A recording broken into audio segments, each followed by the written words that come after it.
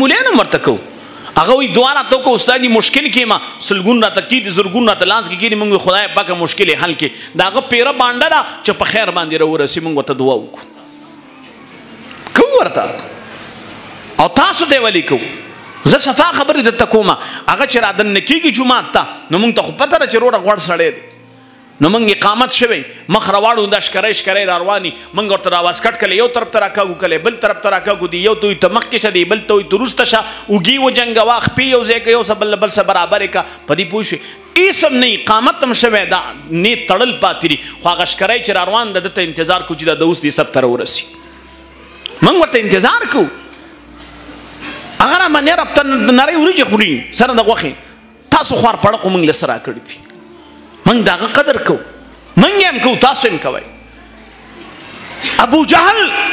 بیت الله اوس پړدو د مکې مشرکانو موږ چې جومات اوس پړو غټو وی حرام او حلال ولا نه ګورو هغوی چې بیت الله اوس پړدو پیسې را غونډې کړې حلالې وي په دې دا ټول تعمیر نه کېږي وي خیر دی ورکوټې به جوړ کړو خو په پاکو پیسو به جوړو جماعت به ورکوټې کو خانه کعبه به وړه کو بیت الله به وړه کو خو په حلالو پیسو به جوړو په حرامو پیسو به نه جوړو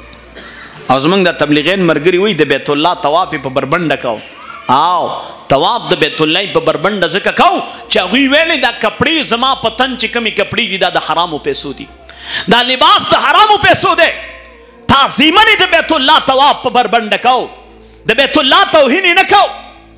چرته به تاسو نی اورېدلي چې د مکې مشرکانو د بیت الله توهین کړی نه توهین د بیت الله نه کو هغه ویل بربند به طواف د بیت الله وکما خو په حرامو پیسو جوړ شو کې به بیت الله ته نږدې نشم ستا او زما د جومات په اول سب کې د سودخور او د ایسي او د پوډري او د قجرتي او د رشوتخور چې کوم دی جان نماز پروت او چا پکې لا کورسۍ هم راوړي د رشوتخور دا چې کوم افسران دا ټول رشوت خواري به چې کوم د ملا ډوکی کې زور نه کوي بس هغه غزان له کورسۍ راوړي پر رشوت باندې هغه چې د چا زوی افسري نه هغه چاته ویل لکه زما پلار دی جی بس تهجد لره پاسې دی تهجد سره دی خدای غر کی دا سړي زوی دی چې ستا پرنګي مردارې راوړي ستا او زما د مسلمان رشوت خور د سود خور د ایسی جان نماز پړومبني سب کې پروتي نو ستاسو زما جماعت سره محبت ډیر دیکھو د مکی د مشرکانو په جماعت کې پیسې لګئی حلال لګئی پاک لګئی خپل لګئی خو به مرته ایمان نه دی میلاو ځکه هغوی جماعت ته راتلل خو استاد نه راتلل هغوی جماعت ته راتلل خو استاد لا او استاد نه دین میلاویږي د جماعت نه میلاویږي کو ته چې د جماعت نه دین میلاویږي راځي د بل خبره ته کوم د دې جماعت دوه ګوندین دی یو ګوندی نومي ابو بکر صدیق ته د یو نومي زما عزتمند ابو جهل دی د دې دوانو نه تاسو کو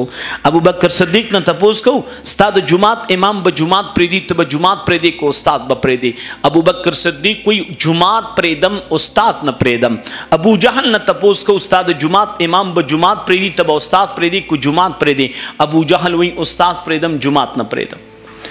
ابو بکر جماعت پر خودو ابو جهل استاد پر خودو ابو بکر استاد نه پریخه ابو جهل جماعت نه پریخه دین چاته ملاو شوی